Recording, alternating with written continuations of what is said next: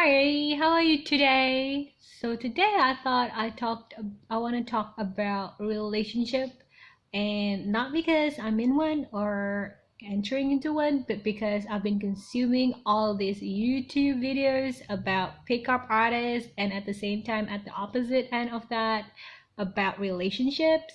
And it's funny because I'm actually listening to a bunch of pickup artists on YouTube. It's called RSD. That's the group name, which is Real Social Dynamics. So if you research that on YouTube, you can find out all their videos. My favorite out of the group is RSD Owen or Tyler, the one with basically a ginger balding head with a thick beard. I like her. I like his particular philosophy, especially in picking up women, which is basically you only get result if you can bring fun into the equations when you're interacting with the girl, and also you need to escalate emotional happiness to get to that result. So in a way, the only way to get result with anyone, with any type of women, is literally to make them feel really good emotionally. And I like that philosophy, and also the fact that, in order to reach that destination, his philosophy is that you actually have to follow the girl's body language, which from his particular perspective doesn't really use the vocabulary the girls lead. But from my perspective as a woman, although um, the way he particularly selling his program to the guys, basically because all the guys that he's talking to, these seminars that he's selling to, are men, so he has to speak in a language of men.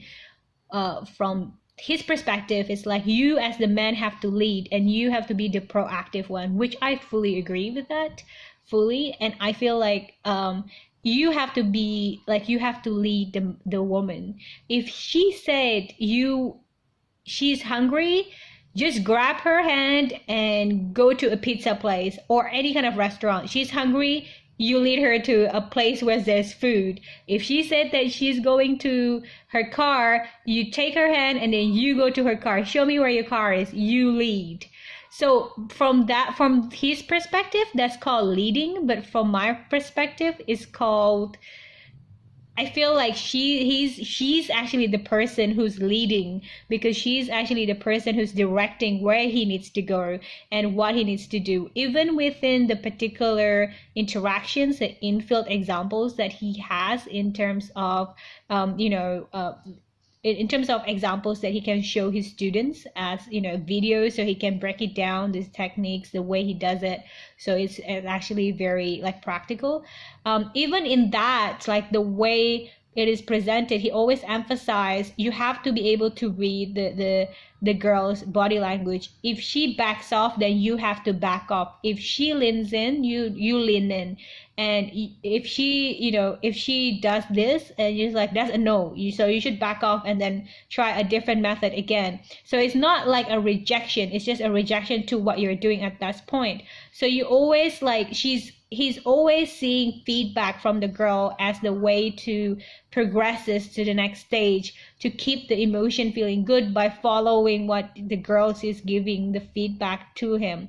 From my perspective, that means like he's following her lead, because that means like she's controlling the agenda of the particular thing. But from the male perspective, there's this illusion that they're in charge, and he has to sell it that way towards the market that he is trying to teach, to the men that he's trying to teach, which I fully agree on. So if you're a male, you should go and learn from him, specifically him, I guess.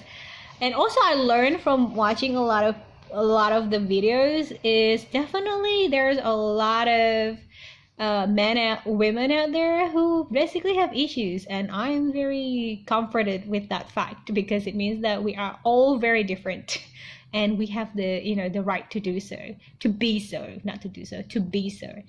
But outside of that, by actually also portraying this and also giving examples of women that are very different, that comes from very different backgrounds, of very different social status or socioeconomic status, or like age differences, he basically adjusted to the girls that he is interacting with. You know, if there's an example where the girl was 21 years old and he was telling the, like, you probably, if you're a feminist and a hardcore feminist and not really open-minded about a lot of, you know, all this idea, then maybe you might need to reserve your judgment a little bit and then kind of put that aside in a box somewhere. So when you're consuming all these contents from him or from them, just because the language can be very vulgar and can be very like triggering, but if you kind of like see beyond that and like dig deep into the nuances of what they're trying to say, it's actually very good.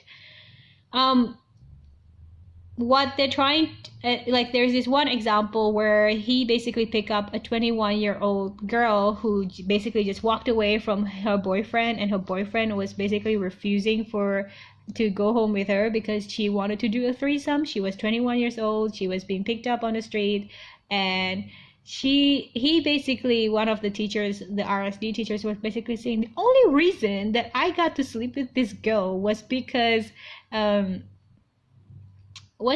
his boyfriend was not up to do a threesome. That was the only reason why. And then he was showing like all, and he was also showing the interactions that he had with her throughout, like in the very beginning of the pickup interaction. And he was trying to come up with, like, you know, he's a lot older. He's like 37, so this girl is 21, and he was like so he lived enough to know about a little bit of the world and have a little bit of conversation, a lot more, you know, intelligence attached to his conversation.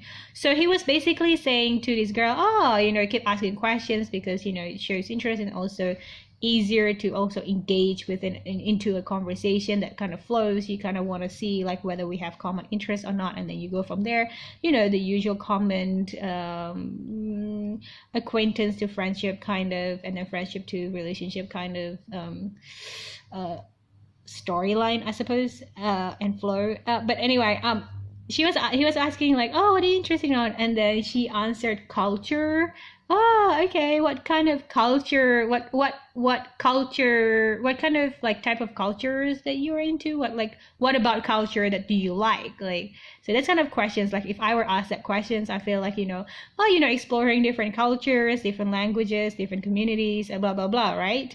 But her answer at that time, okay, she was a bit drunk.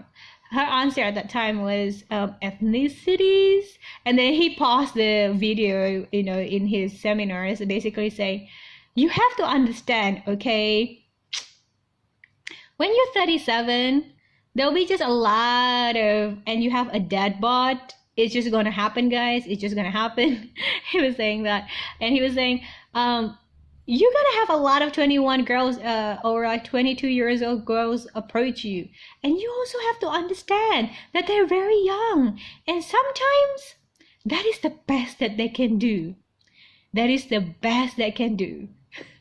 Conversation wise, like, there is nothing beyond that. Like, you can't push anything, like any deeper conversation beyond that, and that's okay. You have to meet them where they're at, rather than trying to change them to who you want this person to be. And you have to let them be who they are to be able to kind of just flow, you know, accept them for who they are, and just keep the interaction fun, and just keep going from there. So, because you're not there to judge the other person, or the women in this case, you're there to, you know, to provide fun, to provide this service of that, you know, you can handle it. So I think like there's a lot of switching back and forth between, you know, this pickup game that he's playing, but also at the same time exploring his inner philosophy about how he treats this, you know, how he treats this seriously as well, like, you know, from the philosophical perspective, from the self-help perspective, from all this like humanitarian perspective, from this maturity place that, you know, most of us probably don't have. Well, example me. So I think like what I got out from that particular example was really about this fact that that's a very useful information, because when we try to like get to know someone, when we try to get to know a friendship or like into an acquaintanceship, or like I don't even want to go veer off in a relationship because that's something that I don't really know anything about. So for me, like that's just foreign territory, and I don't want to talk about something I don't know. Um, and when I'm in my relationship, I think like specifically romantic relationship, it's different if it's like a familial relationship, I guess, because it constitutes a different boundaries, I suppose. But when we are entering into this friendship, into this acquaintanceship, whatever it is that is fresh, like you want to make friends with this girl, for example, because us girls basically need another girl to socialize, to feel like, other emotional needs to be fulfilled, etc., etc. I know that because that's one of the reasons why I go to knitting clubs where all the grannies are for, because they are brimming with love and brimming with this like, eat, feed you. Are you warm? Okay, enough. Is the fact that I think most of the time we have this need to actually try to either fit ourselves into their perceptions of us, or they're trying to fit our perceptions of them, rather than seeing each other as we are and then meet each other where we are.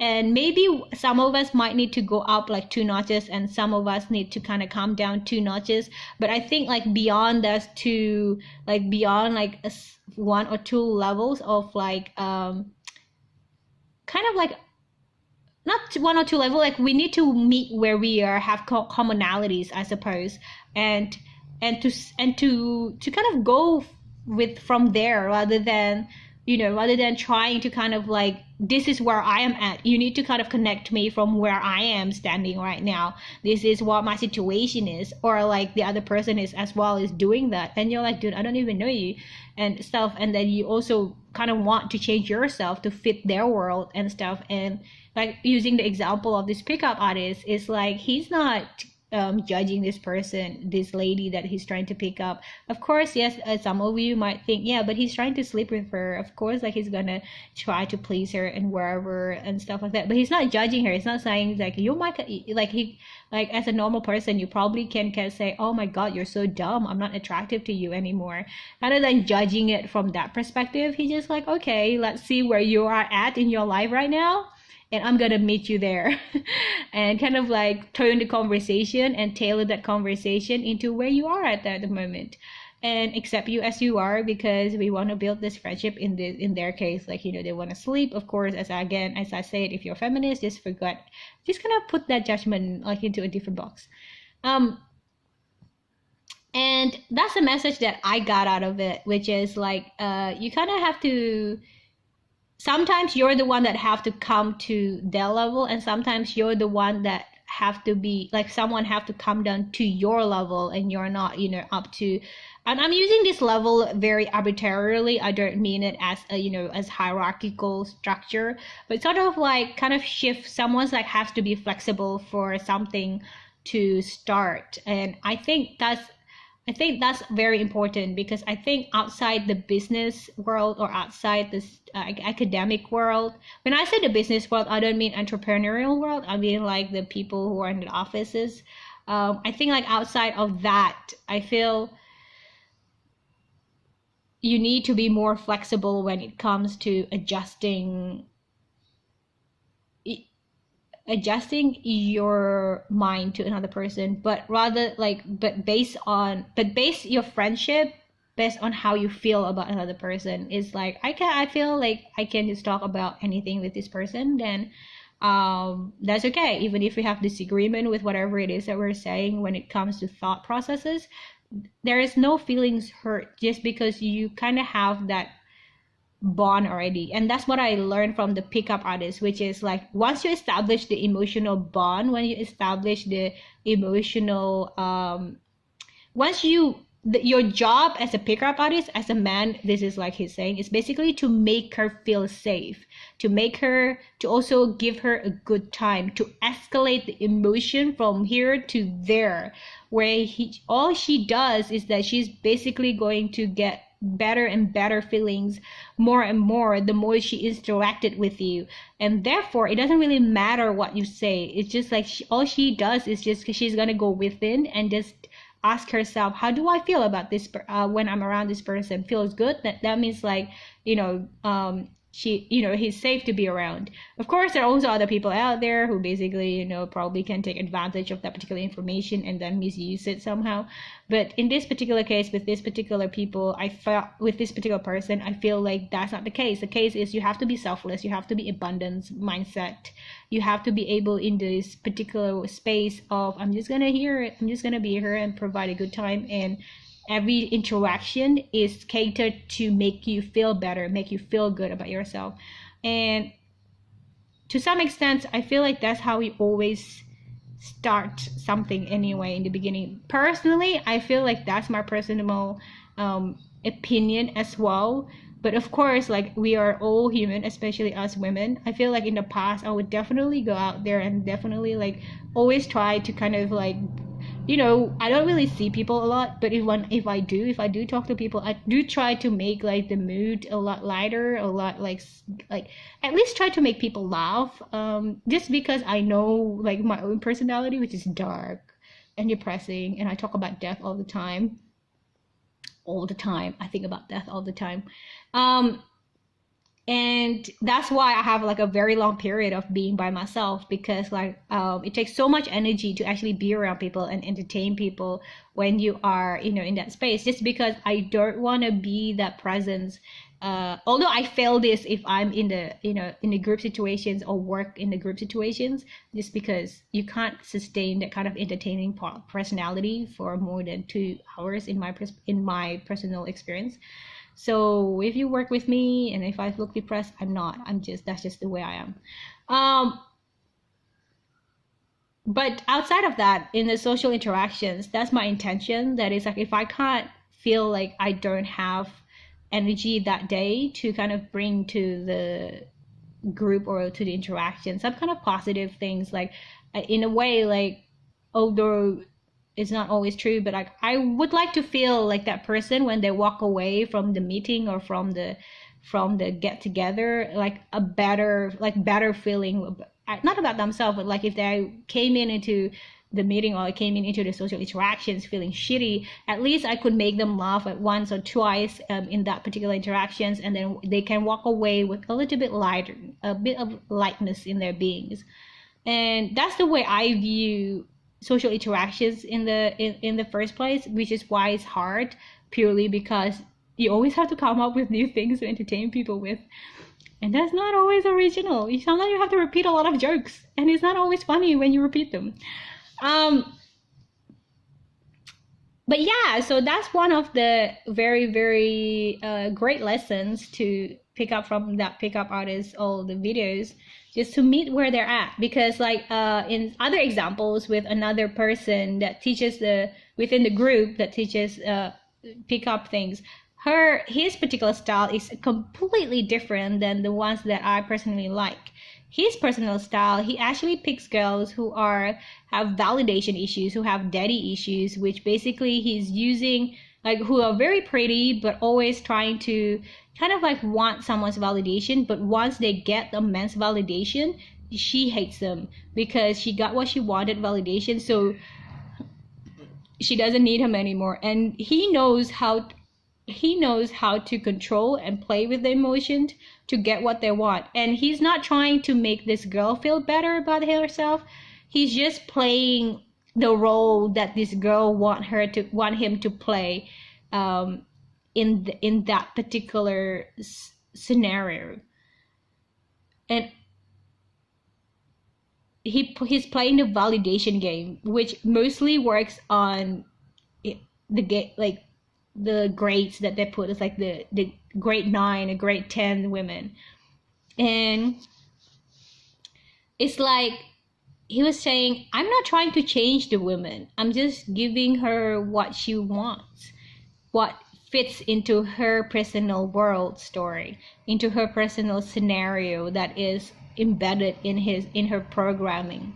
And it's not my job to, he said, like, it's not my job to change her at our first meeting. It's not. My game is to flirt, to have a good time. And if I flirt with 100 women, then if I kiss with 100 women, if I sleep with 100 women, out of those 100 women, there's probably 1 or 2 girls that I probably connect with, and then those are probably the ones that I have relationship with. But so the second person that I watch, although I hardly watch it just because I have a personal judgment towards the women that he picked, and also I'm like, I don't know, I'm questioning the reason why he picked these women, because I feel like, why are you insecure too? Do you have your own shit that you haven't dealt with, which is why you picked up all these damaged women and stuff like that, like, rather than trying to give this really good vibe about it. So it's like a very completely different kind of attitudes towards the first person that I watch.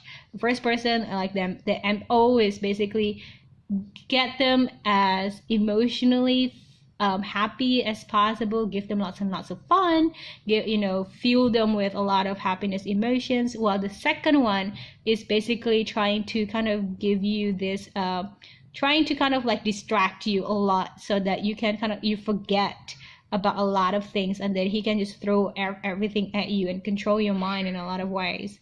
And of course, he also has maybe personal integrity behind it. Maybe he has also, like, I won't do anything stupid or anything unwanted from the girl. Maybe that's a given, like, for him as well. But I don't really get that vibe. But I got a good vibe from the first person, so I'm gonna stick with that as my favorite.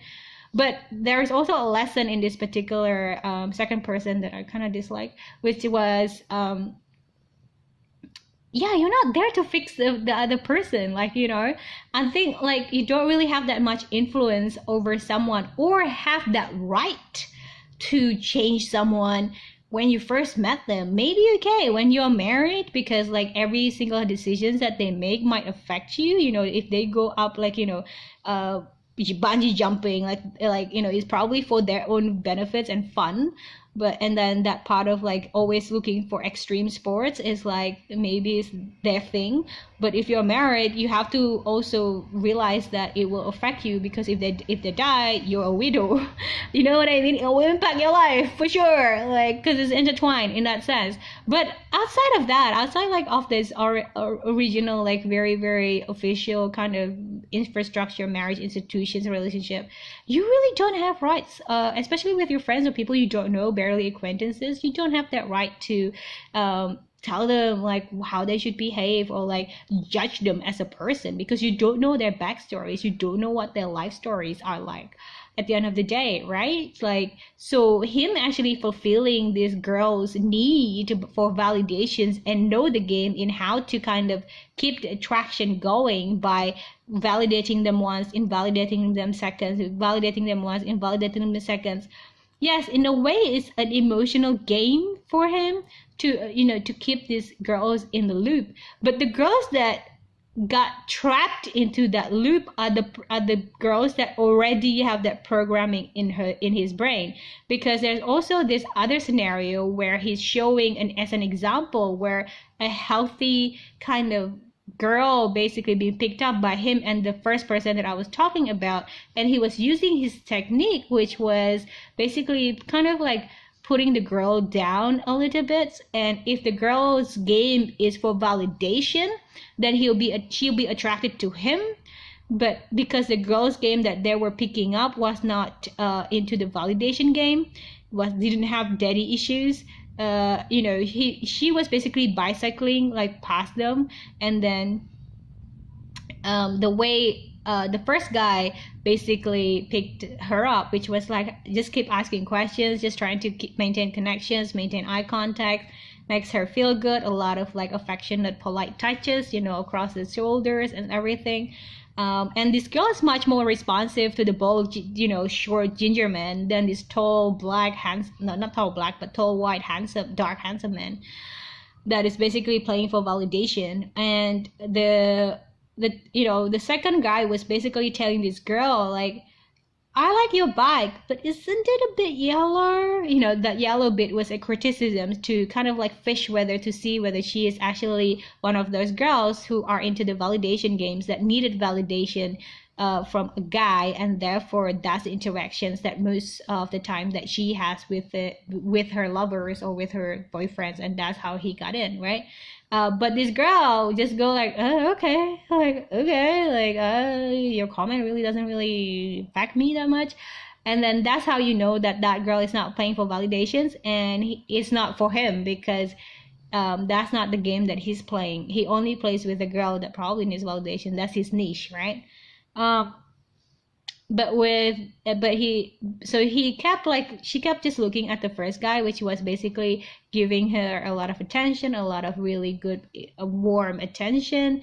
So I think at the end of the day you go with what is in front of you.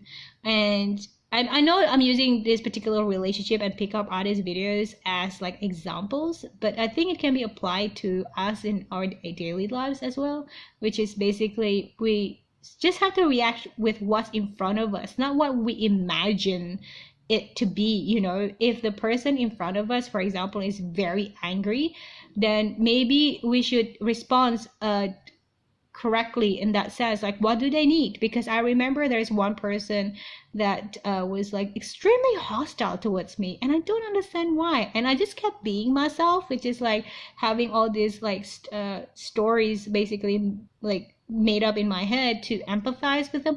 Oh, maybe because they're, you know, their parents beat them, maybe, you know, because, you know, they didn't have a good day, maybe something happened, you know, like all these like very sound excuses. And then one day, I don't know how it happened, but it clicked in my head. Oh, okay. And as soon as they were hostile to me, screaming at me, I just screamed back without any emotions attached to my screaming, basically. And I realized at that time what I needed to do. I actually basically needed to scream back at the person and be extremely mad, because that's the only way that they knew.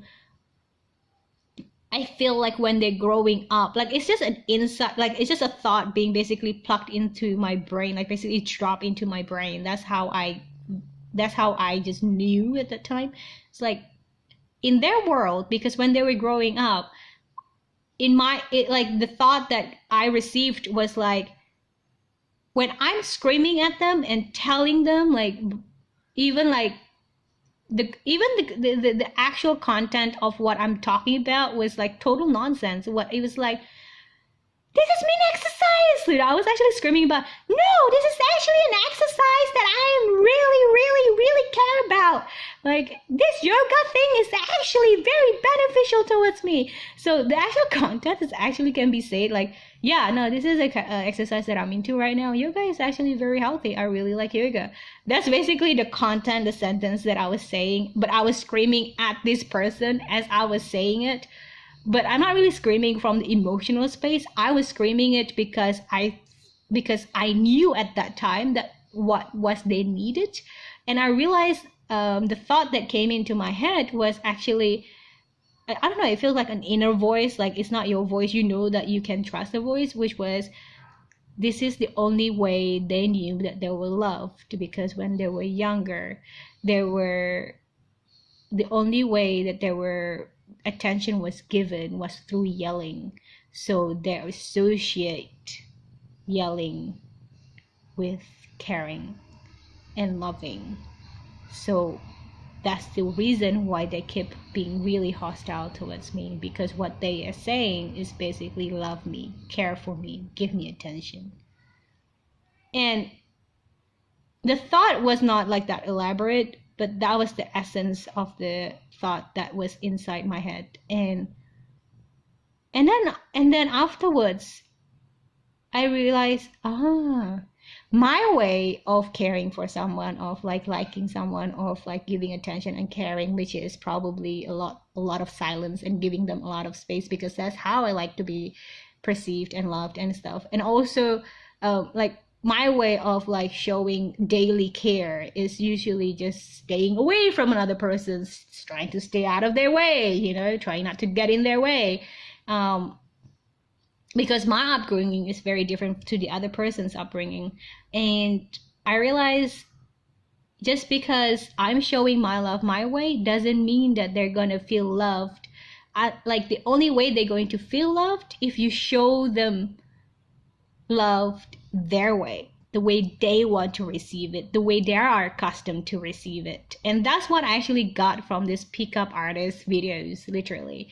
And those are very important, because if you think about our daily interactions with a lot of people, clients, bosses, employees, or like basically your juniors, the way you train other people, we forget about that. We are always asserting our individuality so much, or we go towards the other end of things, that we are always trying to accommodate people, which is basically probably like showing other people that's also our personality, which is probably also a selfish game, rather than see, or like taking them up on the service level, like being able to say, oh, take out the trash, blah blah blah blah blah blah. That's probably what they're saying, but that's not what they're actually asking. So rather than digging deeper into this particular, like, of course we don't really have time unless like those people are actually meaningful to us, or like we have to interact with them in a daily basis, and it's like part of our ecosystems in a lot of way, is to actually see and understand them as an individuals, as someone who has a very specific history, very specific, upbringing. Because even though you meet them and then they have like 5 siblings, for example, those 5 siblings, even though they have the same parents, might not have the same upbringings whatsoever, because by the time maybe you get to the 3rd child, their parents might have already been like a very different person altogether, right? So they will have a very different level of attention, blah blah blah, and different set of kind of like framework of what love is, or whatever it is. So for me, I think that was a good reminder, especially from like watching all these pickup artists trying to kind of educate men in like how to talk to women. What I got out of it, which was like, you just have to, sometimes you just have to, if it's important enough, I feel like you have to pay attention to what the other person actually framework is. And if you really want to communicate and actually penetrate their mind, you have to be willing not to be yourself for a little bit and go into the role that they actually can understand and is familiar for them. In my case, in that particular sense, was just me using a really high voice, shouting at them, talking about actually very, very daily mundane shit. That's what they needed at that time. That's what they needed to feel loved, cared for, and attended. I know, like, I would not do that. Like, if you yell at me, I'm gonna fucking slap you and, like, find a fucking knife and slash you in the fucking face. Get out of here, motherfucker. Like, why are you fucking yelling at me? That's not okay. But, that's what they needed. I don't have the right to judge how they want to receive their love, how they want to receive their attentions. And that's what what I learned from the pickup artists as well.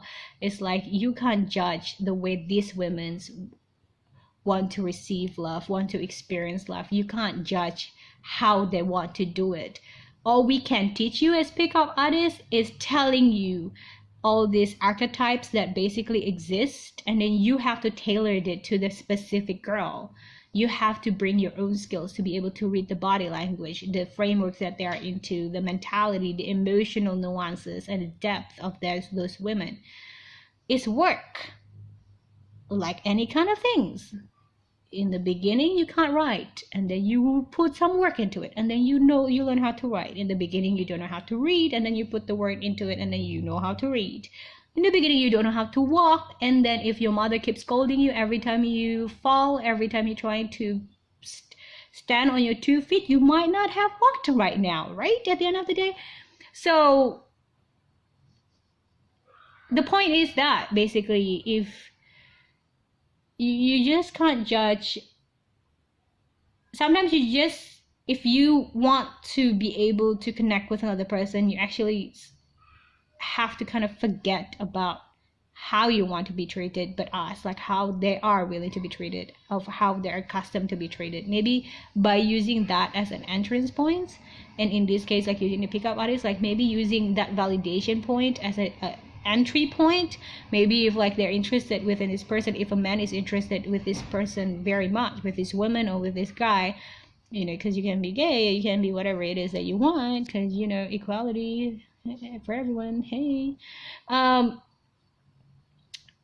You have to meet that, you have to meet them where they're at, and then maybe if the relationship or friendship or acquaintanceship or like business relationship progresses, and then you build that trust, you build that communications, you build that foundations, you build experiences, you have histories, which is probably the best way to kind of put a record of trustworthy behaviors into the file of like the history between you and or with a group or with a person. Then you can use that to kind of like, my intentions was always being pure, my intention was always like, you know, trying to look out for you for the best outcome. So why don't we try something different this time? So I think you have to earn the ability to influence another person. You have to earn the ability to, you know, to give suggestions, to give advice to another person, to affect their life. Because until that moment arrives, until you earn that particular right to do so, I think we just have to care enough about each other to kind of meet people where they're at, and not before that, because I think that's maybe the true essence of caring. Didn't you know that you can learn so much from watching a lot of pickup artist videos? Anyway, what do you think about this, guys? Let me know in the comment below. And yeah, thanks for listening. If you're actually listening for the whole 30 minutes, I really appreciate it. I'll see you guys later. Bye, everyone. Have a good one.